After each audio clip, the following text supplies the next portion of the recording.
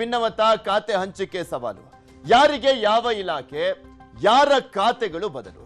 ನಾಗೇಂದ್ರ ಎಡವಟ್ಟು, ಕೃಷ್ಣಪ್ಪಗೆ ಚಾನ್ಸ್ ಸಿಗುತ್ತಾ? ಖಾತೆ ಕಗ್ಗಂಟು.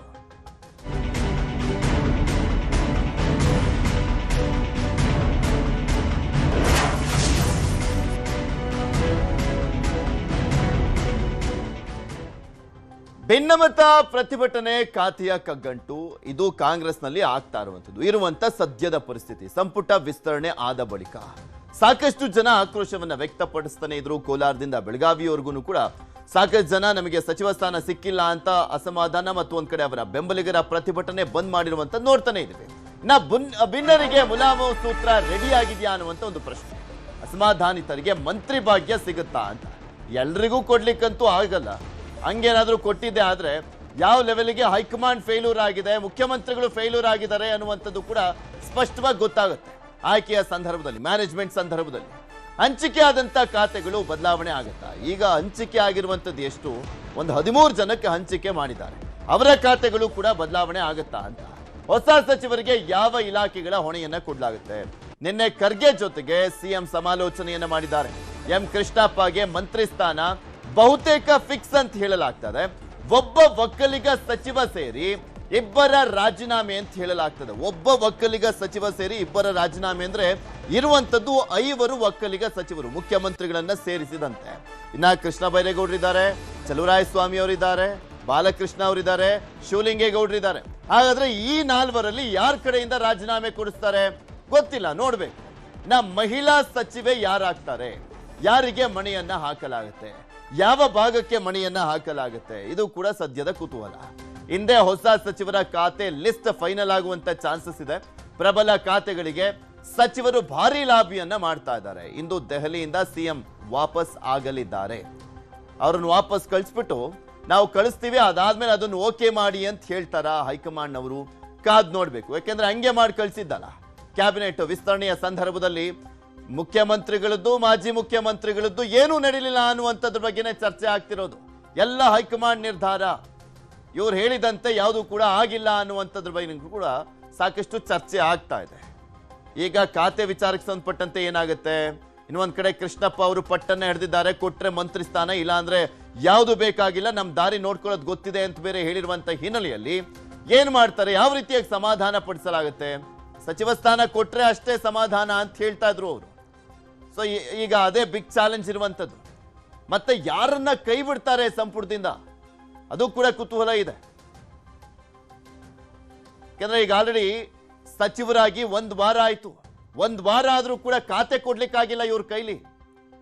ಯಾರಿಗೆ ಯಾವ ಖಾತೆ ಕೊಡಬೇಕು ಅನ್ನುವಂಥದ್ರ ಬಗ್ಗೆ ಇನ್ನೂ ಡಿಸೈಡ್ ಆಗಿಲ್ಲ ಅಂದ್ರೆ ಎಷ್ಟು ಮಟ್ಟಿಗೆ ಕಾಂಗ್ರೆಸ್ ನಲ್ಲಿ ಅಸಮಾಧಾನ ಇದೆ, ಮುಖ್ಯಮಂತ್ರಿಗಳಿಗೆ ಚಾಲೆಂಜ್ ಆಗಿದೆ, ಬ್ಯಾಲೆನ್ಸ್ ಮಾಡ್ಲಿಕ್ಕೆ ಆಗ್ತಾ ಇಲ್ಲ ಅನ್ನುವಂಥ ಸ್ಪಷ್ಟವಾಗಿ ಗೊತ್ತಾಗ್ತಾ ಇದೆ. ಇರುವಂತ ಅಸಮಾಧಾನವನ್ನ ತಣಿಸ್ಲಿಕ್ಕೆ ಆಗ್ತಾ ಇಲ್ಲ. 19 ಜನ ಹೊಸ ಸಚಿವರಾಗಿ ಪ್ರಮಾಣ ವಚನ ಸ್ವೀಕಾರ ಮಾಡಿದ್ರು ಕರೆಕ್ಟಾಗಿ 1 ವಾರದ ಹಿಂದೆ, ಕಳೆದ ಸೋಮವಾರ. ಬಟ್ ಇನ್ನೂ ಕೂಡ ಅವರಿಗೆ ಖಾತೆಗಳು ಫೈನಲ್ ಆಗಿಲ್ಲ. ಅವರು ಬರ ನೆರೆ ಅನ್ಕೊಂಡು ಅವ್ರಿಗೆ ಕೊಟ್ಟಿರುವಂತ ಜಿಲ್ಲಾ ಉಸ್ತುವಾರಿಗಳಲ್ಲಿ ಓಡಾಡ್ಕೊಂಡಿದ್ದಾರೆ. ಬಟ್ ಖಾತೆಗಳು ಫೈನಲ್ ಆಗಿಲ್ಲ. ಇವತ್ತಾದ್ರೂ ಫೈನಲ್ ಆಗುತ್ತಾ? ಯಾಕೆಂದ್ರೆ ಪಾಪ ಮುಖ್ಯಮಂತ್ರಿಗಳು ಎಡತಾಗ್ತಾನೆ ಇದ್ದಾರೆ. ಎಐಸಿಸಿ ಅಧ್ಯಕ್ಷರು ಮತ್ತು ಒಂದ್ ಕಡೆ ಕಾಂಗ್ರೆಸ್ನ ರಾಷ್ಟ್ರೀಯ ಪ್ರಧಾನ ಕಾರ್ಯದರ್ಶಿ ವೇಣುಗೋಪಾಲ್ ಅವರ ನಿವಾಸಕ್ಕೆ ಹೋಗ್ತಾನೆ ಇದ್ದಾರೆ. ಇದೆಲ್ಲದ್ರ ಬಗ್ಗೆ ಇನ್ನಷ್ಟು ಡೀಟೇಲ್ಸ್ ಅನ್ನ ಕೊಡ್ತಾ ಹೋಗ್ತಾರೆ ನಮ್ಮ ಪ್ರತಿನಿಧಿ ಕೃಷ್ಣ. ನಮ್ಮ ಜೊತೆ ದೂರವಾಣಿ ಸಂಪರ್ಕದಲ್ಲಿ ಜಾಯ್ನ್ ಆಗಿದ್ದಾರೆ. ಕೃಷ್ಣ, ಇವತ್ತಾದ್ರೂ ಒಂದು ಸ್ಪಷ್ಟವಾಗಿ ರಿಸಲ್ಟ್ ಬರ್ಬೋದಾ ಅಂತ ಖಾತೆ ವಿಚಾರಕ್ಕೆ ಸಂಬಂಧಪಟ್ಟಂತೆ? ಮತ್ತೊಂದ್ ಕಡೆ ಒಂದಿಬ್ರು ಸಚಿವರ ಅಂದ್ರೆ ಅವರ ಸ್ಥಾನಕ್ಕೆ ಕುತ್ತು ಎದುರಾಗುವಂತ ಚಾನ್ಸಸ್ ಅಂತ ಹೇಳಲಾಗ್ತದೆ. ಮಹಿಳಾ ಕೋಟಾ ಯಾರಿಗೆ ಅನ್ನುವಂಥದ್ರ ಬಗ್ಗೆ ಇವತ್ತೇ ಡಿಸೈಡ್ ಆಗುತ್ತಾ, ಅಥವಾ ಅದಿನ್ನೂ ಕೂಡ ಕೆಲವು ದಿನಗಳ ಕಾಲ ಹಗ್ಗಜಗ್ಗಾಟ ಮುಂದುವರಿಯುತ್ತಾ? ಬಹುಶಃ ಇನ್ನೂ ಕೂಡ ಸ್ವಲ್ಪ ಅಗ್ಗಜಗ್ಗಾಟ ಮುಂದಿರುವಂತ ಲಕ್ಷಣಗಳು ಕಾಣ್ತಾ ಇರುವಂತದ್ದು ರಾಜ್ಯ ಕಾಂಗ್ರೆಸ್ ಅಲ್ಲಿ ಪೃಥ್ವಿರಾಜ್. ಯಾಕಂದ್ರೆ ಈಗಾಗಲೇ ಅಧಿವೇಶನ ಇನ್ನು 3 ದಿನಗಳಿಗೆ ಮಾತ್ರ ಶುರು ಆಗ್ತಾ ಇರುವಂತದ್ದು, ಆಗಸ್ಟ್ 13ನೇ ತಾರೀಕಿಂದ. ಆದ್ರೆ ಎಲ್ಲ ಒಂದ್ ಕಡೆ ಇನ್ನೂ ಕೂಡ ಖಾತೆ ಹಂಚಿಕೆ ವಿಚಾರವಾಗಿ ಸರ್ಕಾರ ಅದರಲ್ಲೂ ಮುಖ್ಯವಾಗಿ ಮುಖ್ಯಮಂತ್ರಿ ಡಿ ಕೆ ಶಿವಕುಮಾರ್ ಸ್ಪಷ್ಟ ನಿರ್ಧಾರವನ್ನು ತೆಗೆದುಕೊಂಡಿಲ್ಲ.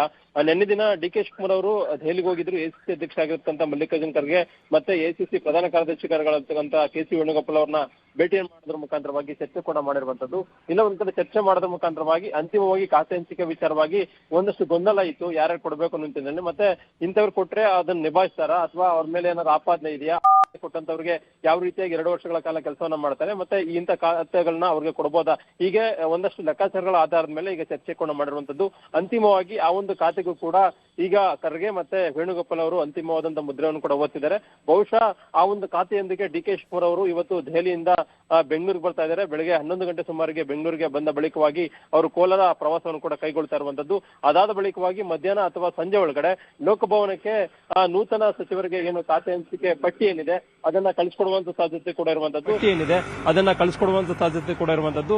ಬಹುಶಃ ಏನಾದ್ರೂ ಖಾತೆ ಹಂಚಿಕೆ ಪಟ್ಟಿ ಏನಾದ್ರೂ ಲೋಕಭವನಕ್ಕೆ ತಲುಪದೇ ಆದಲ್ಲಿ ಇವತ್ತು ರಾತ್ರಿ ಒಳಗಡೆ ಏನು 19 ಜನ ನೂತನವಾಗಿ ಸಚಿವರು ಪ್ರಮಾಣ ವಚನ ತೆಗೆದುಕೊಂಡಿದ್ರು. ಆ ಒಂದು ಸಚಿವರಿಗೆ ಈಗ ಖಾತೆ ಹಂಚಿಕೆ ಸಂಜೆ ಒಳಗಡೆ ಆಗುವಂತ ಸಾಧ್ಯತೆ ಕೂಡ ಇರುವಂತದ್ದು. ಬಹುತೇಕವಾಗಿ ಇವತ್ತು ಸಂಜೆ ಖಾತೆ ಹಂಚಿಕೆ ಆಗುವಂತದ್ದು ಬಹುತೇಕವಾಗಿ ಸ್ಪಷ್ಟ ಅನ್ನುವಂಥದ್ದು ರಾಜ್ಯ ಕಾಂಗ್ರೆಸ್ ಮೂಲಗಳಿಂದ ಕೂಡ ಕೇಳಿ ಬರ್ತಾ ಇರುವಂತದ್ದು. ಯಾಕಂದ್ರೆ ನಾಳೆ ನಾಡಿದ್ದು ಹೊರತುಪಡಿಸಿ ಅಲ್ಲಿ ಸಭೆಯನ್ನು ಕೂಡ ಮಾಡಬೇಕಾಗುತ್ತೆ. ಮತ್ತೆ ಗುರುವಾರದಿಂದ ಅಧಿವೇಶನ ಕೂಡ ಶುರುವಾಗ್ತಾ ಇದೆ. 2 ದಿನಗಳಲ್ಲಿ ಅವರು ಇಲಾಖೆ ಬಗ್ಗೆ ಕೂಡ ತಿಳ್ಕೊಳ್ಬೇಕಾಗುತ್ತೆ. ಮತ್ತೆ ಮೀಟಿಂಗ್ ಅನ್ನು ಕೂಡ ಕರೆಯೋದ್ರ ಮುಖಾಂತರವಾಗಿ ಯಾವೆಲ್ಲ ಯೋಜನೆಗಳಿದೆ ಮತ್ತೆ ಏನೆಲ್ಲ ರೆಡಿ ಮಾಡ್ಕೊಳ್ಬೇಕು, ಮತ್ತೆ ಸದನದಲ್ಲಿ ಯಾವ ರೀತಿಯಾಗಿ ಪ್ರತಿಪಕ್ಷಗಳಿಗೆ ಒಂದು ರೀತಿ ಪ್ರಶ್ನೋತ್ತರ ಅವಧಿ ಬಂದಂತ ಸಂದರ್ಭದಲ್ಲಿ ಉತ್ತರವನ್ನು ಕೊಡಬೇಕು, ಹೀಗೆ ಒಂದಷ್ಟು ಚರ್ಚೆಯನ್ನು ಮಾಡೋದ್ರ ಮುಖಾಂತರವಾಗಿ ಸಿದ್ಧತೆ ಮಾಡ್ಕೊಳ್ಳುವಂತ ನಿಟ್ಟಿನಲ್ಲಿ ಕೂಡ ಮುಂದಾಗುವಂತ ಸಾಧ್ಯತೆ ಇದೆ. ಅದ್ರ ಜೊತೆಗೆ ಈಗಾಗಲೇ ಒಂದು ಮಹಿಳಾ ಕೋಟದಲ್ಲಿ ಯಾರಿಗೆ ಕೊಡಬೇಕು ಅನ್ನೋ ನಿಟ್ಟಿನಲ್ಲಿ ಕೂಡ ಲೆಕ್ಕಾಚಾರ ಕೂಡ ನಡೀತಾ ಇದೆ. ಈಗ ಖಾತೆ ಹಂಚಿಕೆ ಆದ ಬಳಿಕವಾಗಿ ಇವತ್ತು ಸಂಜೆ ಆದ ಬಳಿಕವಾಗಿ ಅಧಿವೇಶನ ಮುಗಿದ ಬಳಿಕವಾಗಿ ಮಹಿಳಾ ಕೋಟದ ಅಡಿಯಲ್ಲಿ ಎಲ್ಲೊಂದು ಕಡೆ ಅದನ್ನು ತುಂಬುವಂತ ನಿಟ್ಟಿನಲ್ಲಿ ಕೂಡ ನಿರ್ಧಾರವನ್ನು ಮಾಡುವಂತ ಸಾಧ್ಯತೆ ಇದೆ. ಈಗಾಗಲೇ ಕಾಂಗ್ರೆಸ್ನಲ್ಲಿ ಒತ್ತಡ ಇರತಕ್ಕಂಥದ್ದು ಅಧಿವೇಶನದ ಒಳಗಡೆ ಮಹಿಳಾ ಕೋಟವನ್ನು ತುಂಬಿ ಅನ್ನುವಂಥದ್ದು. ಹೈಕಮಾಂಡ್ ನಾಯಕರ ಜೊತೆಗೂ ಕೂಡ ಡಿ ಕೆ ಶಿವಕುಮಾರ್ ಚರ್ಚೆ ಕೂಡ ಮಾಡಿದರೆ ಸಾಕಷ್ಟು ಸಂಖ್ಯೆಯಲ್ಲಿ ಆಕಾಂಕ್ಷಿಗಳು ಕೂಡ ಇರುವಂತದ್ದು. ಮತ್ತೊಂದು ಕಡೆ ಒಂದಷ್ಟು ಜನ ಸಚಿವರುಗಳ ಮೇಲೆ ಬೇರೆ ಬೇರೆ ಆಪಾದನೆಗಳು ಕೂಡ ಇದೆ. ಅವ್ರನ್ನ ಕೈ ಬಿಟ್ಟು ಮಹಿಳೆಯರಿಗೂ ಕೂಡ ಕೊಡಬೇಕು ಅಂತ ಕೂಡ ಚರ್ಚೆ ಆಗ್ತಾ ಇದೆ. ಹಾಗಾಗಿ ಇದೆಲ್ಲದರ ಬಗ್ಗೆ ಕೂಡ ಡಿ ಕೆ ಶಿವಕುಮಾರ್ ಸದ್ಯಕ್ಕೆ ಹೈಕಮಾಂಡ್ ನಾಯಕರ ಜೊತೆಗೂ ಕೂಡ ಚರ್ಚೆ ಕೂಡ ಮಾಡಿರುವಂತದ್ದು. ಮತ್ತೆ ನೀವೇ ಒಂದು ಅಂತಿಮವಾದ ನಿರ್ಧಾರವನ್ನು ತೆಗೆದುಕೊಳ್ಳಿ ಅನ್ನೋ ಮಾತನ್ನು ಕೂಡ ಹೈಕಮಾಂಡ್ ನಾಯಕರ ಸೂಚನೆ ಕೂಡ ಕೊಟ್ಟಿರುವಂತದ್ದು. ಹಾಗಾಗಿ ಖಾತೆ ಹಂಚಿಕೆ ವಿಚಾರವಾಗಿ ಖಾತೆ ಪಟ್ಟಿ ಜೊತೆಗೆ ಇಲ್ಲೊಂದು ಕಡೆ ಮಹಿಳಾ ಕೋಟವನ್ನು ತುಂಬುವಂತ ಕೂಡ ನಾಳೆ ನಾಳಿದ್ರೊಳಗೂ ಕೂಡ ಮುಖ್ಯಮಂತ್ರಿ ಡಿ ಕೆ ಶಿವಕುಮಾರ್ ಅವರು ತೀರ್ಮಾನ ಕೈಗೊಳ್ಳುವಂತಹ ಸಾಧ್ಯತೆ ಇರುವಂತದ್ದು. ಪೃಥ್ವಿರಾಜ್, ಓಕೆ, ಧನ್ಯವಾದ ಕೃಷ್ಣ ನಿಮ್ಮೆಲ್ಲ ಮಾಹಿತಿಗಾಗಿ. ಮತ್ತಷ್ಟು